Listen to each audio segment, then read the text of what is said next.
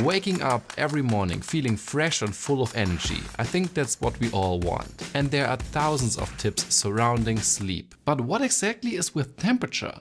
Our body drops about 1 degree every single night. So what if my bed could always keep me in the ideal temperature? This is the EightSleep Pod and I tested it for 4 months. I don't want to brag, but I did sleep every single night of my life, so I'm kind of a pro on the subject, and if technology meets sleep, well, I'm interested. Before I explain what exactly this thing can do, let me show you what it looks like. Once ordered, the EightSleep Pod arrives in 2 heavy, large 21 kilogram boxes. There's no mattress or slatted frame inside, you have to have both. It is just a mattress cover and a fancy station, which has to be placed no more than 1 meter away from the bed, and it contains a mini water-cooled conditioner. The installation is a little bit more extensive than a normal bed sheet, but not by much. The cover is black, which I don't like because it looks gloomy and uncomfortable. A light color would have been friendlier and would go better with most beds, which are white. I did put my regular bed cover over it and I would advise you to do the same. Okay, once the EightSleep Pod is on the mattress, plugged in, and the 4 water loops are slatted through the frame, you can put water in the pot. It is about 6 liters of distilled water and 600 milliliter of hydrogen peroxide, and then the whole pumping will start. After unboxing the EightSleep Pod, it had an unpleasant smell. I did put it on the balcony because of it, and the smell did go away, but it's not a good sign for something that you sleep on. But the installation was actually super easy with my smartphone and the app.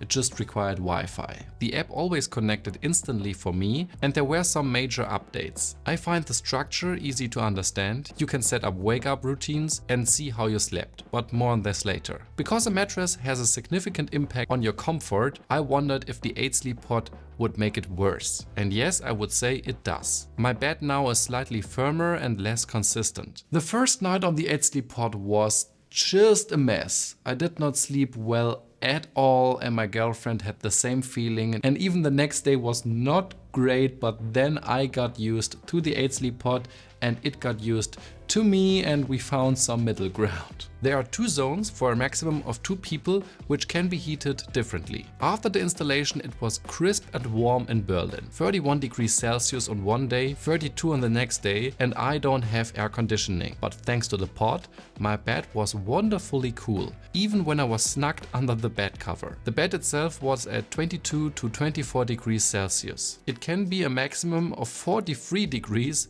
or 12 degrees cold. Of course, the change takes a few minutes, but it sets itself before you even lie inside of the bed, so you don't notice anything. Cooling in the summer worked well, but I also wanted to see how EightSleep would behave in the winter. I don't heat my bedroom, and last week it was minus 10 degrees in Berlin. Now the bed is set to a comfortable 29 degrees when I go in, and it cools down to 26 degrees when I sleep. The pod not only knows the weather outside, it also knows the room temperature. The only thing it doesn't know is the temperature of the person in the bed. So if you are suddenly feeling hot or cold for some reason, it doesn't know anything about it. It only cools down when it's detecting the deep sleep. So you always have to use the app to make manual temperature adjustments. But is it actually true that the temperature lowers at night? Fortunately, I had to wait to measure it. This is the Withings ScanWatch 2 and it has a continuous thermometer, and I wore it every single night. The watch shows that I slept 0.5 degrees cooler, and that pretty consistent. Without the EightSleep Pod, it's 0.4 degrees. This may sound like a little, but it felt more than that. The EightSleep Pod has an alarm function. It heats up the bed and vibrates, but the latter only stops if you go into the app, so I no longer use it because it was also waking up my girlfriend, and I don't want that. So that's not a reason to buy, but there's some interesting detail about being cool at night. Your body burns more calories because of it, up to 150 according to EightSleep. That would be a lot. That would be like a pizza in 1 week, and in a month it's like 2 days without even eating. And it is true, I did lose some weight, but I wouldn't only account that to the EightSleep Pod. There were also other factors, but well, I did not gain weight. As soon as I installed it, I attached a power meter to the EightSleep Pod, and funnily enough, it consumed exactly 100 kilowatt hours in 100 days, which conveniently equates to exactly 100 euros where I live per year. That's somewhat between an average TV and a fridge, so it's a pretty high power consumption. But why even bother with the stress, the price and the noise? Well, you do want a good night's sleep. And is that true? Does the EightSleep Pod give you that? Well, it does improve my sleep. It is a little bit better. EightSleep says it's up to 19% more recovery you have in the morning, and I think that's accurate. Up to, not average 19%. I did have 5 to 10% better sleep at some nights and just the same sleep in other nights.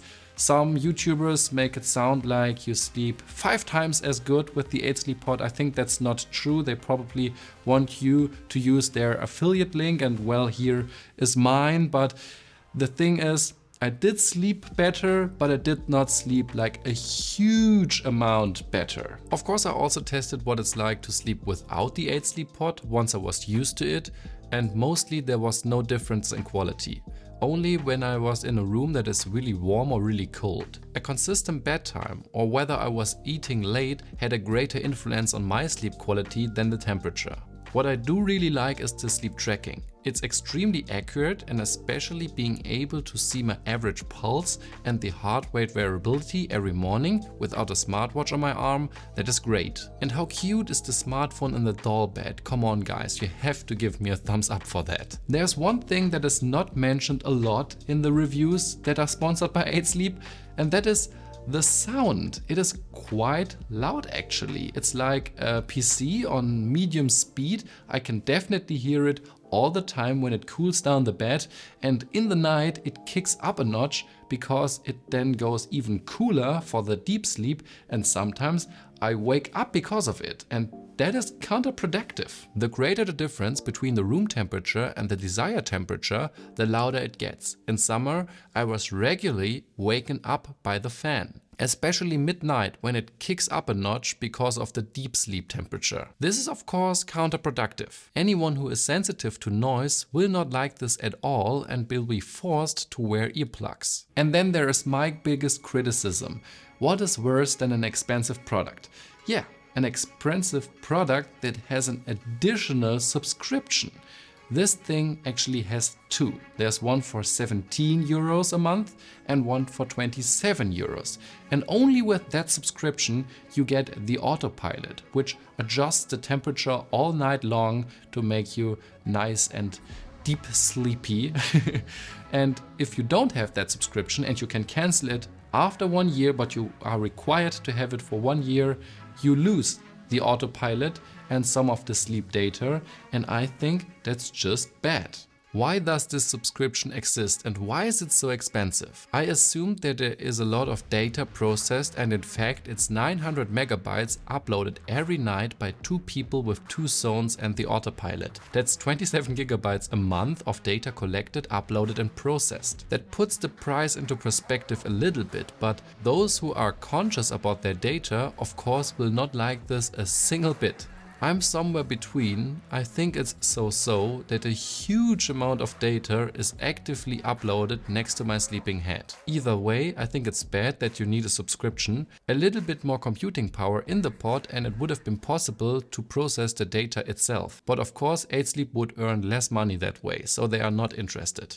Before I draw my conclusion, there are 2 boring but important points. First, cleaning. There is a website from EightSleep that gives tips on cleaning different stains, but you can't simply remove the fabric and put it into a washing machine. Second, warranty. The factory gives 2 years. With the 27 euro subscription it goes up to 5 years. If your cat or something makes a hole into the bed and water leaks out, that's your own fault. I mean, it's fault of the cat, but I'm not sure if this thing can last 20 years. Rubber is rubber at the end of the day. Conclusion: the EightSleep Pod sounds like a great idea. A bed that controls the temperature and therefore makes you sleep better. And it does work to some extent. I did sleep a little bit better. but this thing is expensive. It's $2,895.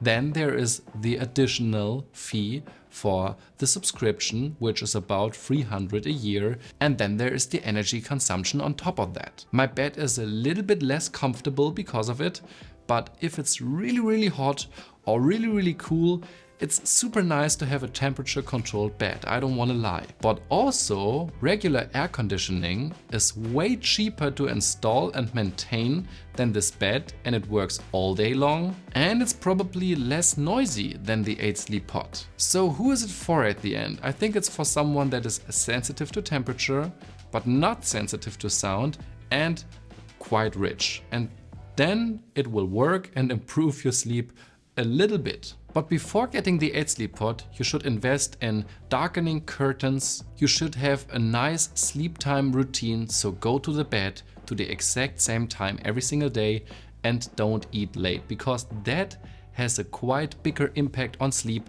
than the EightSleep Pod. That's it for my video. I hope you liked it, and I will see you in the next one. Bye.